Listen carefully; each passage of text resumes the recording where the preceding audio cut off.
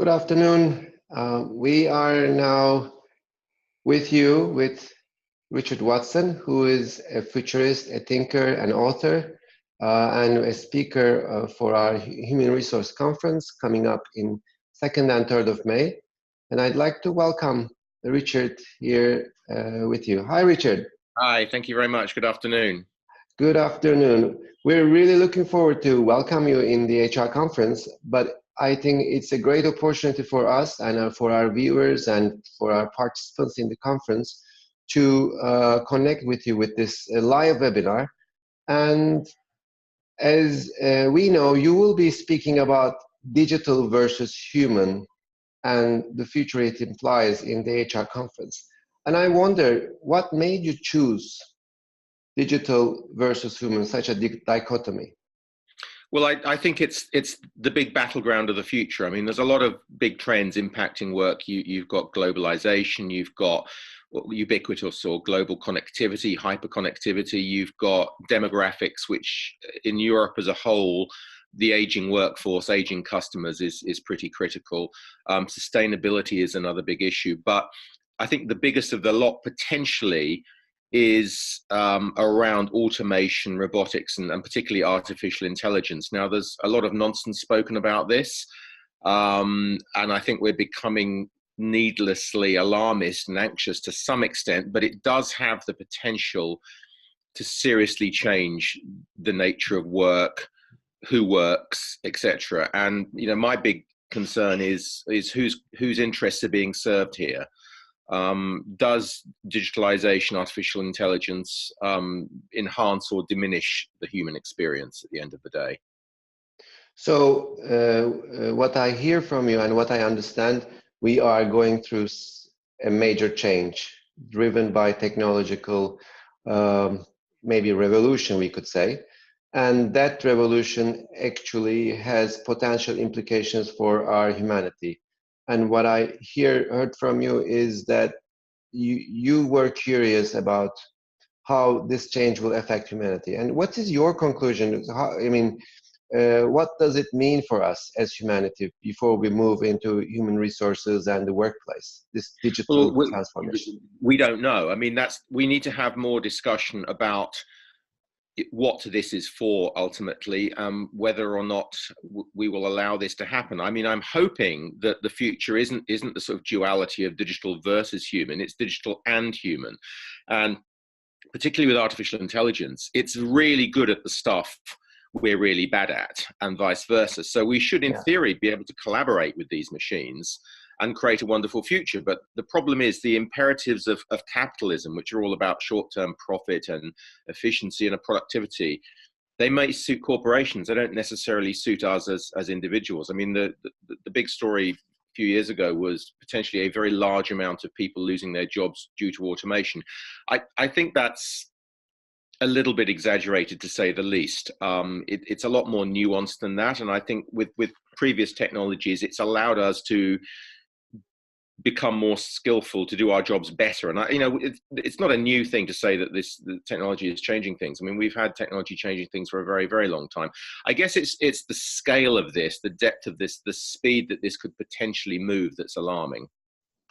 And in between your lines, I heard a couple of times, other than the alarming tone, I heard that it is important to understand who this is for, or who suits better, for which audience that it suits better. So can you elaborate that a little bit more?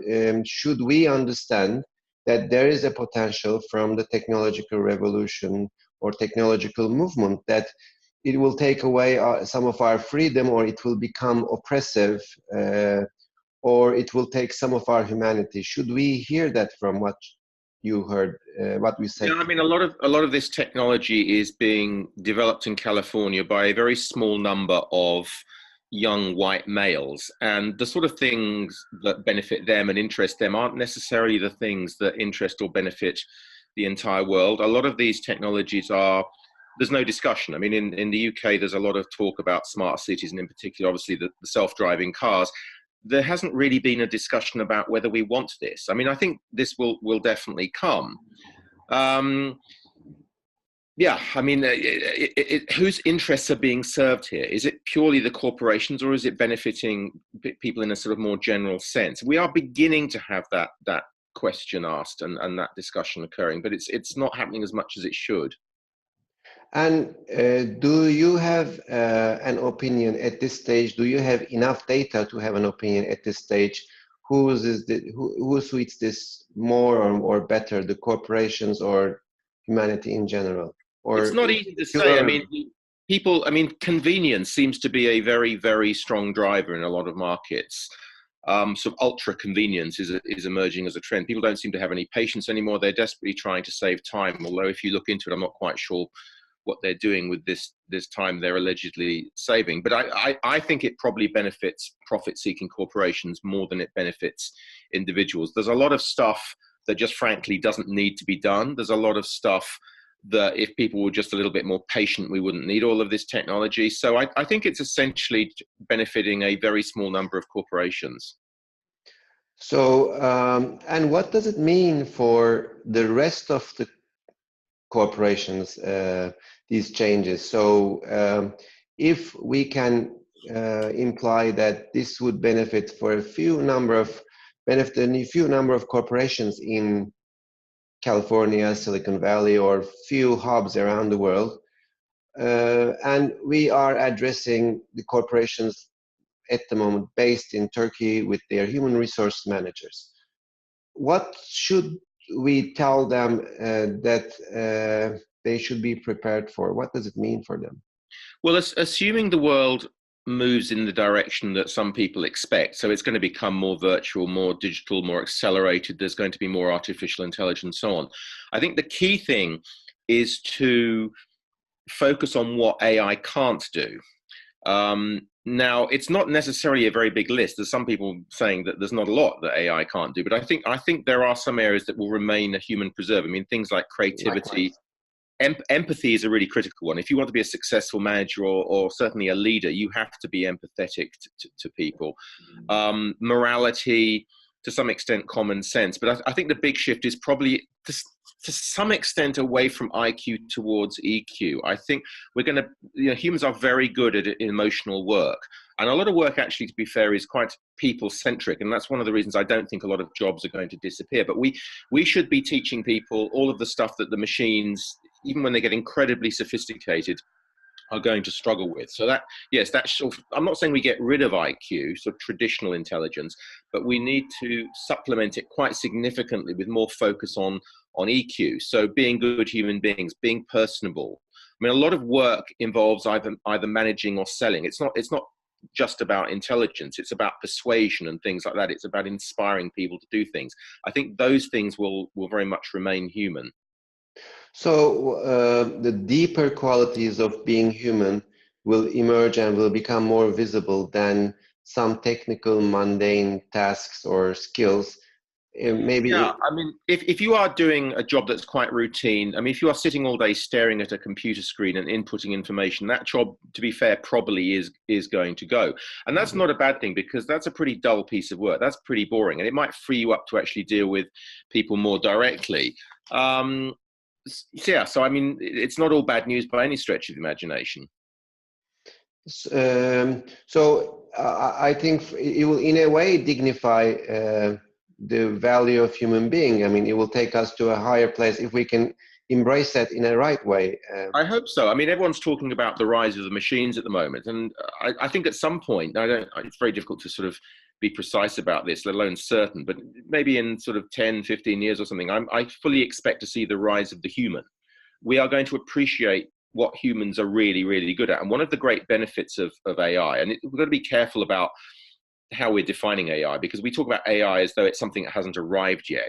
AI has been around for decades. What we're generally talking about here is artificial general intelligence, where machines are as good as humans everywhere across the board. Now, some people think that's coming in about 15 years. I'm very skeptical that we'll even ever get there, because I think you may need consciousness to get to AGI, but we will see. But if it does happen, I think it'll shine a very bright spotlight on what it is that humans are uniquely good at. What are we here for? So we almost get into this sort of philosophical discussion.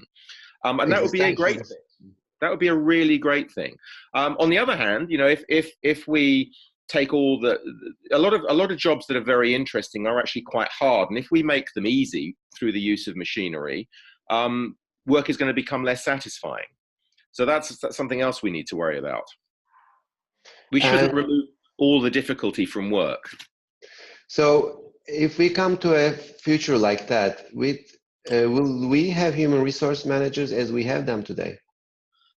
I'm pretty certain we will. I think people are going to become the greatest resource. I mean, they already are to some extent the greatest resource on planet Earth, and managing them is going to become more important. I think the number one job of any corporation, whether it is a local baker or Google, is attracting and retaining talent, key talent, in a global hyper competitive marketplace. And bear in mind the demographics here. We've got a lot of aging going on. We've got shrinking workforces, declining Yes. workforce participation. So there is more competition to get people. So acquiring them and hanging on to them and working out ways to do that, and that links into mission and purpose and narrative and a bunch of other stuff, is going to be really, really important. Just one rather amusing comment you probably won't like in this instance, but I did hear recently of a small company in London that had fired their HR department. It was 3 people, and they were spending the equivalent money on employee benefits, and the employees were loving it. But I'm not Okay. suggesting that's necessarily a way forward. No, I think it's going to become much more strategic and much more vital in the future, the role of HR. That's very interesting to you. I've been in this profession more than 25 years, and after my 5th year, I started hearing that the HR is going to disappear in the near future. And every other 5 years, I kept hearing that, and we always gave this bad news and potential threat to our HR audience. And now we're giving that with AI, but it seems like the profession is enduring in different capacities and evolving. And what I heard from you, where when we will have a future where the human skills, the true human potential will be more visible, HR may even have almost like a sage-like role in the organizations. Because I heard you talking about mission and purpose, true human potential. So that's going to be very interesting and exciting, also very challenging, because it will push the human resource managers from their comfort zone if they are used to doing only routine things. Yeah, Because I mean, we're going to that's lose a lot of things. I mean, I think a lot of the hiring will be automated. I mean, it already is to some extent, although that is problematic because a lot of the algorithms used to sort through video CVs contain biases. But and we've got the emergence of quite sophisticated workplace analytics, but maybe that frees up HR professionals to be more of a sort of inspiring figures, to resolve disputes, which is a particularly human thing. I mean, it's very hard for machines to inspire. It's very hard for machines to get involved in emotionally based disputes and so on. So I think it'll become, on the one hand, it's going to become more high tech, but on the other hand, it's going to become more high touch HR. There's going to be a lot more face-to-face interaction with people. we had a speaker a few years ago in our conference. He talked about he had a book called Power and Love, and he was describing power as the ability to get things done, and love as the energy to bring things together that are seemingly apart. And what I heard from you, I think the technology will take most of the power related, action related, mundane tasks, and we will be, I think, in charge of more of what he would call, Adam Kahani was our speaker, what Adam would call love, where, connecting people, connecting ideas, inspiring, listening, bringing things together, bringing people together. Which are all acts of love, and that's also, I heard kind of an affirmation of that from Well, you. they're all sort of acts of emotional intelligence as well. There was a very interesting article in the New York Times a month or 2 ago, and it was talking about students learn best from teachers they like, and they learn incredibly well from teachers they love. And it was suggesting that we need to redesign schools, but also workplaces to encourage empathetic relationships. So yeah, I completely agree with that. Fantastic. And you mentioned about an extreme example where a small company fired their human resource department and replaced with employee benefits. Do you have examples of companies, teams using this new technological change in a positive way, in a generative way, which would kind of inspire some of our participants? Not really, in a funny kind of way, and most of it seems to be operating in the opposite way. I mean, one of the problems with work at the moment is just the stress, the pressure, the anxiety, the fact that we can take work home with us now. We're never disconnected. Some of the things I'm quite interested in are, I think it's Siemens in Germany, where if you go on holiday and you send somebody an email that's on holiday, your email is deleted, because they actually want them to rest and relax and recharge themselves. Atos, which is a French technology consulting firm, is trying to get people 1 day a week at least to actually go and talk to people in person rather than emailing or texting them, or failing that, at least phone them up to get more direct communication going on. People like Singapore Airlines, I don't know if they still do it, but they allegedly used to hire purely on personality, on the basis you can always teach the skills later. So there's some really interesting things going on around building sort of human capability on the sort of more emotional end of the spectrum, encouraging people to disconnect. There's a lot of interesting initiatives around mental health that I'm beginning to see. I like the idea, it's an old idea, but I like the idea of 3M and Google, where people get a percentage of their time to do what interests them. So you might get 10 or 15% of your work week you can actually spend on a project that potentially has nothing to do with the company, just something you are personally interested in. So allowing people to sort of realize their passions and so on. So there are bits and bobs going on, but I'm not aware of too many examples of where it's almost the absence of technology that's emerging as a trend, not the use of technology to achieve certain ends. When I hear you, I think two things occur and emerge. One thing is we are hearing from many people, many thinkers like you and others, authors, about the scarcity of our most precious resource, which is our attention and focus.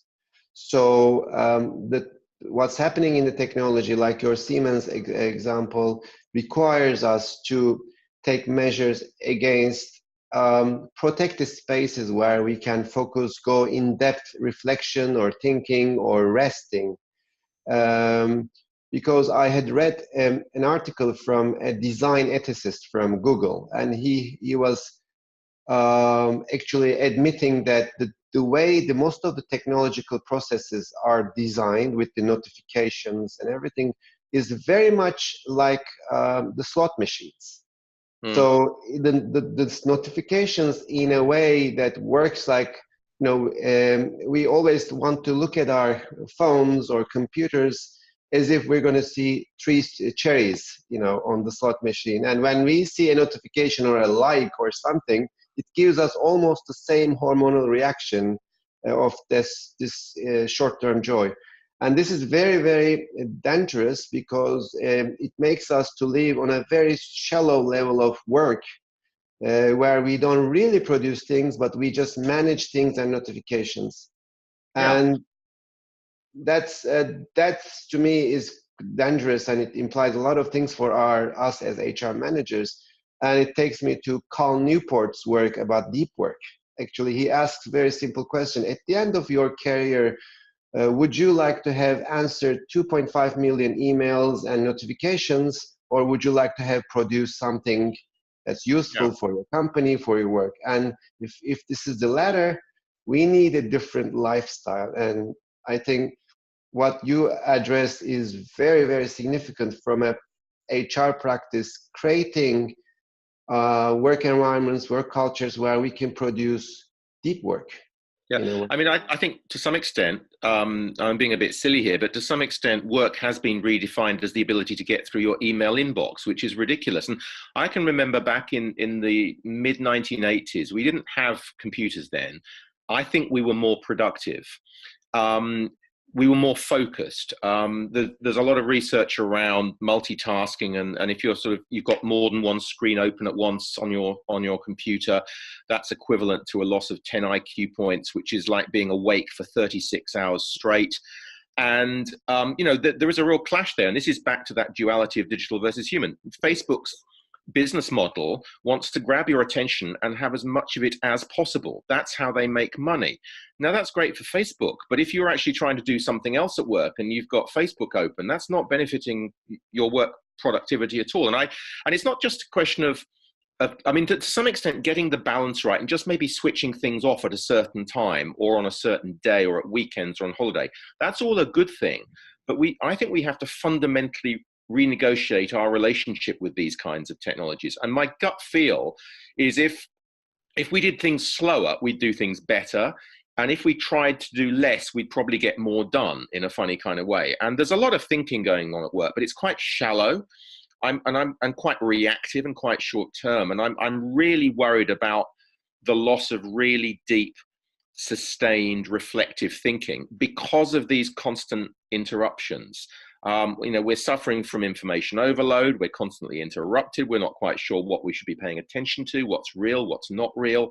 And I think at some level, particularly if you're involved in any kind of creative work, you do need periods of silence, periods of solitude. And it's really interesting. I mean, you talk about Google. I met somebody from DeepMind, which is their AI division, not very long ago. And I met them at a conference, and they were writing on sheets of white paper with a fountain pen, which I thought was so strange. Like, that's the last thing I'd expect somebody from DeepMind to be doing.